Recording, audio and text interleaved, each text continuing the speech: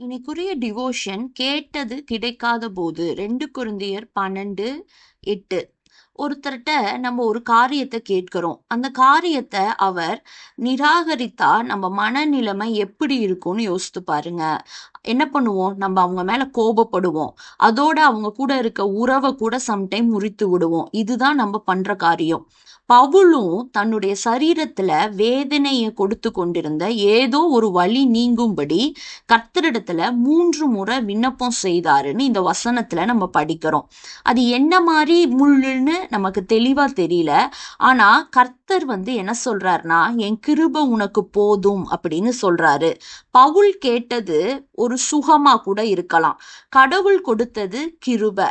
ஏசு கிறிஸ்துவுக்கும் கூட இது மாதிரி ஒரு இன்சிடென்ட் அவர் பூமியில வாழ்ந்த நாள்ல நடக்குது. கெத்சமனே தோட்டத்துல ஏசு பிதாவை நோக்கி, இந்த பாத்திரம் என்னை விட்டு நீங்க கூடுமானால் நீங்கட்டும்னு ஜெபிக்கிறாரு.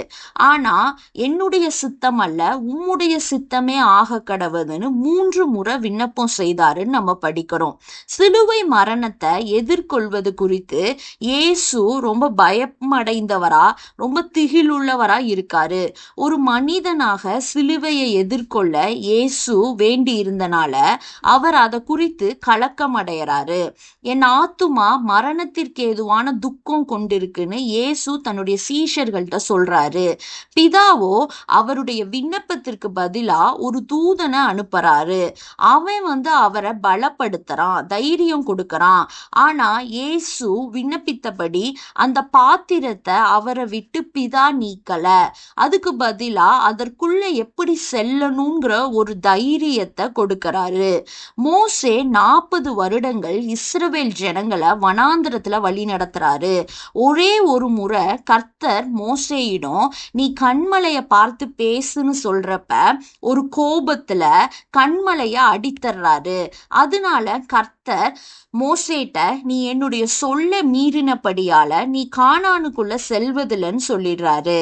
எந்த தேசத்திற்காக 40 வருடம் காலம் போகணும்னு ஆசைப்பட்டாரோ அது தனக்கு கிடைக்கல அப்படிங்கிற நிலை வரப்ப எவ்வளோ வருத்தப்பட்டிருப்பார் மோசேன்னு யோசித்து பாருங்க. ஆனாலும் கர்த்தரிடம் தொடர்ந்து மன்றாடிட்டு இருக்காரு. ஒரு கட்டத்துல கர்த்தர் கோபம் அடைஞ்சு, இனி இந்த காரியத்தை குறித்து என்னோட பேச வேண்டாம், நீ மலையின் மேல ஏறி கண்ணால் மட்டும் அந்த தேசத்தை பாருன்னு சொல்லிடுறாரு. மோசே மலையின் மேல ஏறி போறாரு. கர்த்தர் அங்கு அவனோடு நின்று ஒவ்வொரு கோத்திரத்தின் பெயரையும் சொல்லி அவர்கள் அதில் வசிக்க போகிற பகுதியையும் சொல்றாரு. இறுதியா மோசே அங்கேயே மரித்து போயிடுறாரு. கர்த்தர் அவனை அடக்கம் பண்ணினாருன்னு வசனம் சொல்லுது. ஆனா மறுரூப மலையில மோசேயும் எலியாவும் இயேசுவோடு பேசினாங்கன்னு நம்ம வசனத்துல வாசிக்கிறோம். பூமியில் உள்ள கானான் தேசத்தை அடைய வேண்டும்னு மோசே ஆசைப்பட்டாரு. ஆனா அதை கர்த்தர் நிறைவேற்றல. ஆனா பரம கானான அடையும் பாக்கியத்தை கர்த்தர் மோசேக்கு கொடுத்தாரு. என் சித்தம் அல்ல, உம் சித்தம் என் வாழ்வில் நிறைவேறட்டும்னு நம்ம எல்லாரும் ஒவ்வொரு நாளும் ஜெபிப்போம். ஆமேன்.